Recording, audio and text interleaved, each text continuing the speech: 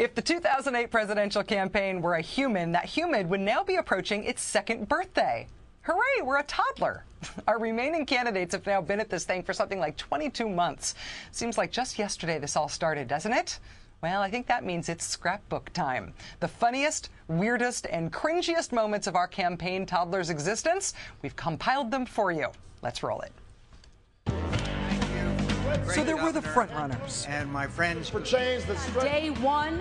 And then there was the supporting cast, the ones who had to make their own waves. Sometimes quite literally. Like Mike Gravel, who for a while seemed like he'd be Alaska's lone contribution to this race. He offered up the zeniest ad of '08 as he stared into a camera, never uttered a word, and then threw a rock into a pond.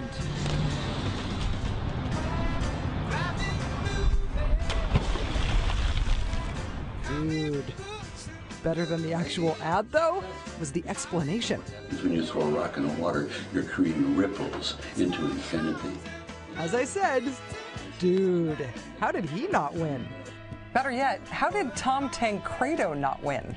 I mean, he created his own fictional TV series, Tancredo Land, where he surprised unsuspecting homeowners with memories of his youth, like telling them that his grandparents died in their house.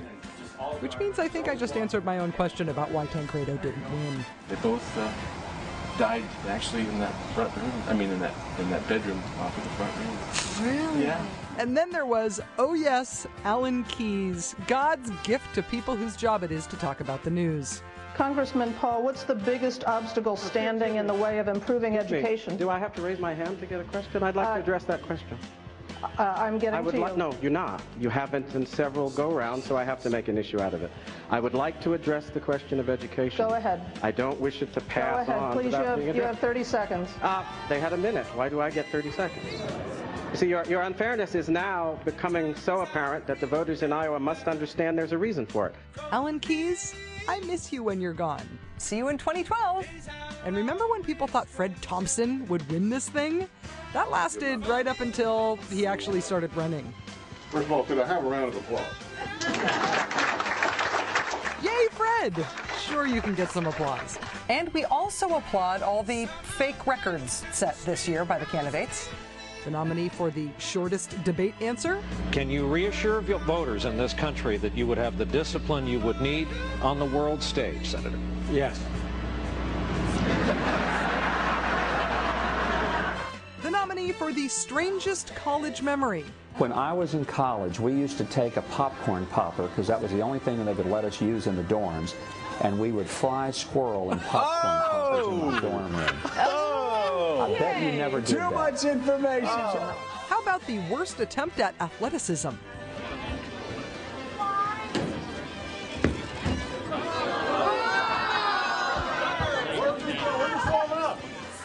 A candidate's boldest public admission? Did you see a UFO? I did, and the rest of the account, I didn't. It was unidentified flying object. Okay, it's like it's unidentified. I saw something. My nominee for creepiest campaign song would be the choir before the values voter debate that sang, "Why should God bless America?" Why should God bless America? Wait a minute, I think we actually have a tie for creepiest campaign song. Bum, bum, bum, bum. Anyway, Most unfortunate but apparently good-natured ethnic slight? You cannot go to a 7-Eleven or a Dunkin' Donuts unless you have a slight Indian accent. I'm not joking. Actually, we have a tie for most unfortunate but apparently good-natured ethnic slight. Who let the dogs out? Who? While we're on the subject of Mr. Romney, how about an award for worst use of sports metaphors? We've had, if you will, the first inning of a game that has, let's say, 50 innings in it. What? Well, another silver, and it's, I'd rather have a gold, but I got another silver. What are you doing? Stop. This is an election, not slalom. There have been 3 races so far. I've gotten 2 silvers and 1 gold. Thank you, Wyoming. Yeah, thanks, Wyoming. Well, at least he's a Red Sox fan, though, right? 87 long years. We waited 87 long years. 86 years. 86, Mitt.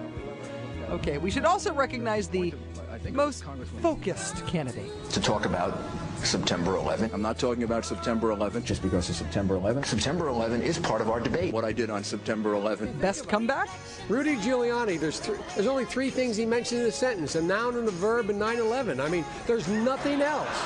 If that was Biden's best moment of the campaign, his worst may have been his words of encouragement to a supporter who uses a wheelchair. Chuck Graham, state senator's here. Chuck, stand up. Chuck, let him see you. Oh, God love you. What am I talking about? That was so unfortunate. That would be like John McCain offering up his wife for a topless beauty contest or something. Oh, wait. And notice that you have a beauty pageant, and so I encouraged Cindy to compete. I told her with a little luck she could be the only woman ever to serve as both the First Lady and Miss Buffalo Chip. John McCain, you were an unexpectedly deep well of bizarre misstatements this year.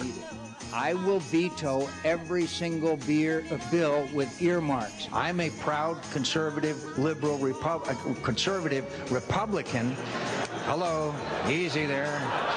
Rates were cut in the Bush years. This is the agenda I have set before my fellow prisoners. My fellow prisoners? Why don't you sit out a play or two, Senator? I'm begging you, don't go to Pennsylvania. Don't lash out at Obama supporters. Don't do it. You're off your game. Senator Obama's supporters have been saying some pretty nasty things about Western Pennsylvania lately. And you know, I couldn't agree with them more. I'm sorry? You know you sort of have to win Pennsylvania, right? You want to give that another shot? I couldn't disagree with you. Okay, you're so not getting this. I couldn't agree with you more than the fact that Western Pennsylvania is the most patriotic, most God-loving, most patriotic part of America. And this is a great part of the country. Nice save, I think? Senator Obama, what's your favorite part of the country? Over the last 15 months, we've traveled to every corner of the United States. I've now been in 57 states. Maybe the race for the White House should have a geography test component. You can actually see Russia from land here in Alaska. Do tell, Governor. Russia, as Putin rears his head and comes into the airspace of the United States of America, where do they go? It's Alaska. It's just right over the border. Rears his head? What is he, a groundhog?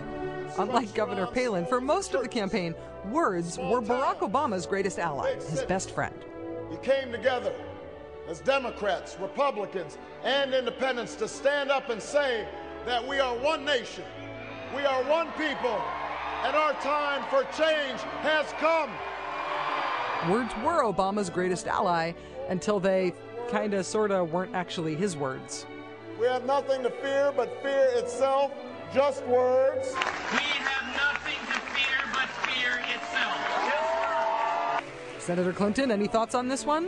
You know, lifting whole passages from someone else's speeches is not change you can believe in, it's change you can Xerox. And I just don't think, no, but, you know, but Barack, it is, because if, you know... The crowd, not big fans of that line. But criticizing Senator Obama for using someone else's words sort of became beside the point once the other candidates in the race started stealing all his lines. That's not change we can believe in. Oh, Senator McCain, I'm sorry I was so distracted by that nauseating green screen behind you. What was that? That's not change we can believe in. Make it stop! Make it stop! But amid all the weirdness, all of the missteps, all of the misspeaking, there were actually some genuine moments of inspiration in this campaign, moments that remind us what all of this is about. My country saved me, and I cannot forget it. And I will fight for her as long as I draw breath, so help me God. We are one people.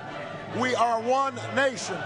And together we will begin the next great chapter in the American story with 3 words that will ring from coast to coast, from sea to shining sea. Yes, we can.